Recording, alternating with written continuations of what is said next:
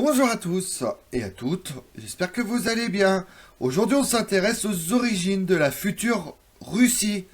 L'histoire de ce pays remonte à l'apparition des Slaves. Du milieu du premier millénaire avant Jésus-Christ, ils ont commencé à immigrer petit à petit à l'Europe de l'Ouest et de l'Est. Et vers le 8e siècle, ils ont peuplé le bassin des fleuves Dniepr, Oka, Dvina occidentale et la haute Volga. La Rousse de Kiev a subsisté environ 300 ans. C'était une fédération de principautés. Le développement des relations féodales, le renforcement de l'indépendance de certaines villes ont amené au parcellement politique. Mais vous allez me dire, parcellement ne veut pas dire effondrement. Oui, je suis d'accord avec vous. Mais l'effondrement de la Rousse de Kiev provient d'un autre facteur, plutôt un autre acteur. À la fin du XIIIe siècle, les Mongols ont décidé d'envahir la future Russie. La Rousse de Kiev, divisée et affaiblie, n'a pas les moyens de résister aux nouvelles envahisseurs. Vous voulez en savoir plus sur les origines de la Russie? Venez avec moi. On entend pour la première fois parler de Slaves au VIe siècle, peuple qui se situe sur le territoire qui s'étend du Dniepr jusqu'aux Carpates. Rapidement après ces premières mentions, ils se sont dispersés sous la pression des Avars.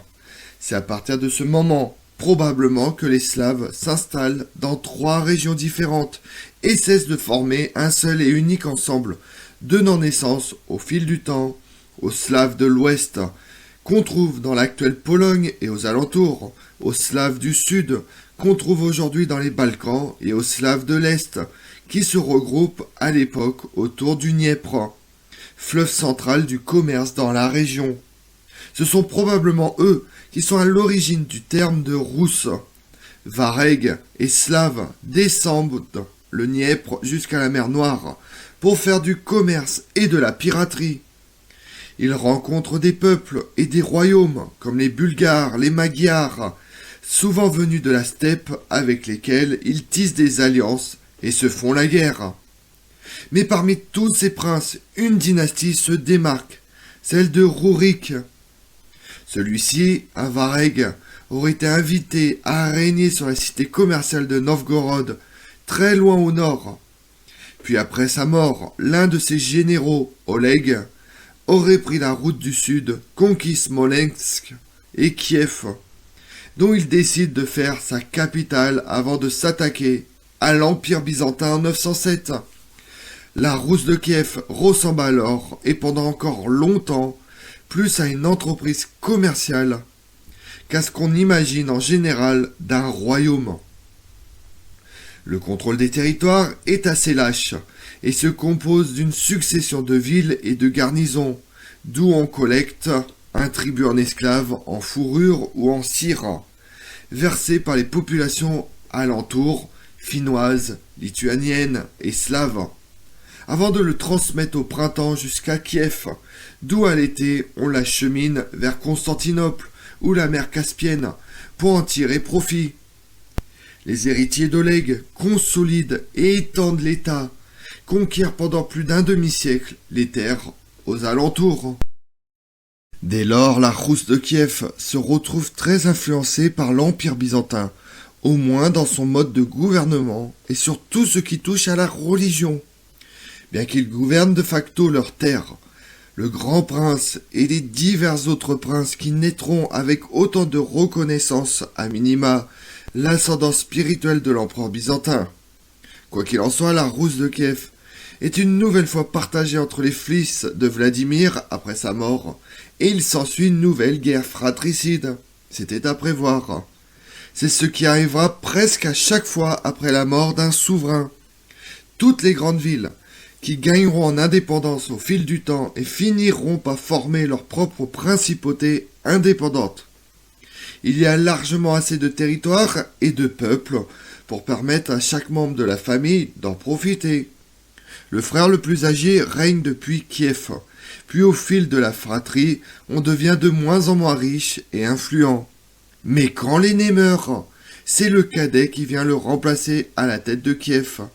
Et les autres frères s'enrichissent en récupérant de meilleurs territoires.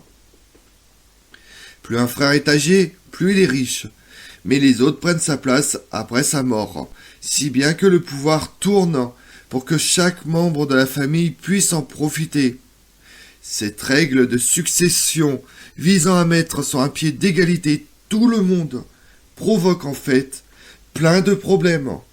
Des princes sont exclus de l'héritage parce que leur père meurt avant d'avoir pu régner sur Kiev, tandis qu'on a souvent du mal à définir clairement qui devrait monter sur le trône entre le membre de la famille le plus âgé et celui qui est le plus élevé dans la généalogie, si bien qu'on assiste souvent à des guerres entre un oncle et son neveu plus âgé que lui. Le système est rendu d'autant plus inapplicable par les villes qui parfois refusent le prince qui leur est désigné et s'en choisissent par elles-mêmes un autre pour le remplacer. Kiev reste le centre du monde russe. C'est elle la ville la plus riche et la plus puissante. Et c'est elle que les aînés de la famille convoitent le plus. En moins de 2 siècles, Kiev voit passer 52 grands princes qui arrivent parfois au pouvoir, puis en sont chassés, puis en reviennent, etc. Maintenant, imaginez ça à l'échelle de toutes les principautés. La Rousse de Kiev atteint son apogée territorial sous les règnes de Vladimir Monomakh et de son fils entre 1113 et 1132. Leur état de forme, un bloc énorme entre 3 mondes. La steppe, avec laquelle les Russes connaissent des conflits pendant tant d'années. L'Empire byzantin, avec lequel les Russes entretiennent de si fortes relations politiques et religieuses. Et l'Occident, où les souverains russes, polonais, hongrois et allemands alternent entre d'incessants périodes de guerre et de rapprochement. Après la mort de ces 2 souverains, l'autorité de Kiev sur les autres grandes principautés chute rapidement. Les princes locaux n'ont plus confiance envers le système de rotation et préfèrent étendre par les armes la principauté à la tête de laquelle ils sont déjà. En 1169, le prince de Rostov entre dans Kiev avec son armée et met à sac la ville, incendie les églises et réduit la population en esclavage. Il fait plus de dégâts que les Mongols ne le feront lors de leur conquête tardive. Au fil des affrontements entre princes, le centre de gravité du monde glisse de l'ouest de Kiev vers l'est, la principauté de Vladimir Souzdal, dont les souverains prennent le titre de grand prince. Le morcellement de l'État s'accélère également. S'il y avait une quinzaine de principautés vers 1150, ils sont une cinquantaine vers 1200 et environ 250 vers 1300. Ce phénomène en accompagne 2 autres. La fondation de nombreuses villes sur la rive de la Volga, à l'image de la toute petite ville de Moscou, et sur laquelle les princes peuvent exercer un pouvoir bien plus autocratique, puisqu'ils évitent les assemblées qui font la loi dans les anciennes cités comme Kiev et Novgorod. La colonisation et la conquête de nouvelles terres vers le nord-est, qui accompagnent et accueillent de nombreux migrants slaves. Novgorod est aussi la principauté qui pousse le plus loin la colonisation. Elle prend le contrôle de tout le Grand Nord, au moins jusqu'à l'Oural, et s'approvisionne en fourrure. Son rôle de plaque tournante du commerce s'illustre jusque dans les légendes de la ville. Elle ne se choisit pas un guerrier comme héros, contrairement aux autres villes, mais un marchand. Ce modèle, à contre-courant de ce qui s'est fait aux alentours, déplaît fortement. La cité fait face à l'est aux menaces des princes de Vladimir Souzdal, alors en plein renforcement de leur modèle autocratique, et à l'ouest aux chevaliers teutoniques, qui après avoir soumis la Prusse et la Livonie, ne voient aucune raison de ne pas s'étendre aux dépens de leurs voisins russes et finnois. Mais tous ces problèmes vont vite s'avérer dérisoires, alors qu'un nouvel ennemi, bien plus dangereux, apparaît à l'est. Je vous laisse deviner lequel. Les Mongols. Les Slaves avaient toujours côtoyé des nomades et les princes ont longtemps lutté contre les Khazars et n'ont jamais hésité à entretenir des relations amicales et commerciaux avec eux. Et puis, les territoires très éloignés et très difficiles d'accès comme Novgorod et les forêts du nord-est servaient de refuge en cas de danger. Du moins jusqu'à ce que les Mongols engagent leur conquête de l'Europe de l'Est. Cette fois, on ne cherche pas à mener des opérations de pillage, mais bien de conquête. En 5 ans, les Mongols ravagent les cités qui refusent de se rendre. Kiev est mise à sac en 1240, et leur expédition les mène jusqu'en Hongrie et en Pologne. Novgorod est l'une des rares villes à s'en sortir. Les inondations du printemps ont rendu l'avancée des cavaliers très compliquée vers le nord, et l'Assemblée n'a pas attendu longtemps avant de se soumettre d'elle-même. Il était hors de question de chercher à résister à des envahisseurs aussi puissants. Les affaires commerciales en auraient pâti. Les nouveaux arrivés occupent sans attendre les territoires. Ils recensent et réorganisent la population, envoient leurs administrateurs dans les villes, imposent des taxes sur le commerce, lèvent les impôts, réclament des corvées et le service militaire.